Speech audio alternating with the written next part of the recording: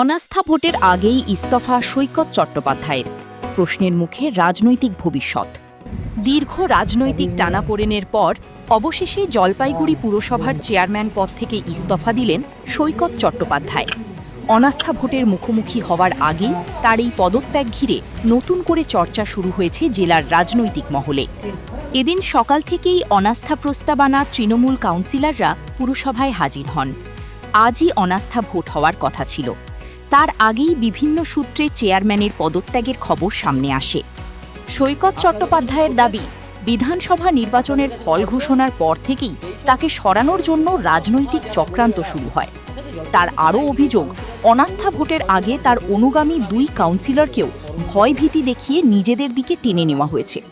সেই কারণেই তিনি পদত্যাগের সিদ্ধান্ত নেন। অন্যদিকে সমাজকর্মী নবেন্দু মল্লিকের দাবি, তার পদত্যাগের মধ্য দিয়ে জলপাইগুড়ি পুরসভার একটি কলঙ্কিত অধ্যায়ের সমাপ্তি হল।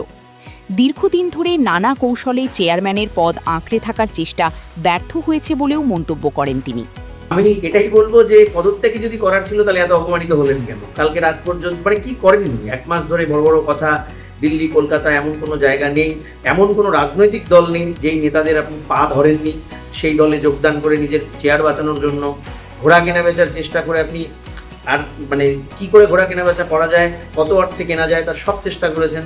তারপর আপনি গতকাল পর্যন্ত বিভিন্ন রাজনৈতিক দলের হেডকোয়ার্টার্সে ঘুরে ঘুরে আপনি চেষ্টা করেছেন যাতে ব্যাপারটাকে ধামাচাপা দেওয়া যায়, কিন্তু কোনোভাবে আপনি যখন কিছু পারেননি, শেষ রাতে আপনি সরকারি অফিসারদের ধমক দিয়েছেন, ধমকেছেন এবং চেষ্টা করেছেন যে তারা যাতে আজকে মিটিং না করে, এবং অবশেষে এত আইন টাইন বুঝিয়ে টুজিয়ে আপনি লাস্টে পদত্যাগ যখন করলেন, এই সময় পদত্যাগ করলেন যখন আপনার অপসারণের বৈঠক শুরু হয়ে গেছে। তার মানে আপনি জলপাইগুড়ি পৌরসভার ইতিহাসে এমন একজন চেয়ারম্যান, এই অল্প সময় থাকাকালীন সত্ত্বেও সবচেয়ে ব্যর্থতম চেয়ারম্যান, এবং একই সাথে আপনার ভাগ্যি, আপনার জন্যই জলপাইগুড়ির ভাগ্যি এটাও জুটলো যে আপনি একদিনে অপসারণও হলেন আর অপসারণের সাথে সাথে ইস্তফা উঠলেন। এই লজ্জা রাখার জায়গা নেই। জলপাইগুড়ি পুরসভার চেয়ারটা আজকে রাহুমুক্ত হলো। সৈকত চট্টোপাধ্যায়ের এই পদত্যাগের পর এখন বড় প্রশ্ন, জলপাইগুড়ি পুরসভার পরবর্তী চেয়ারম্যান কে?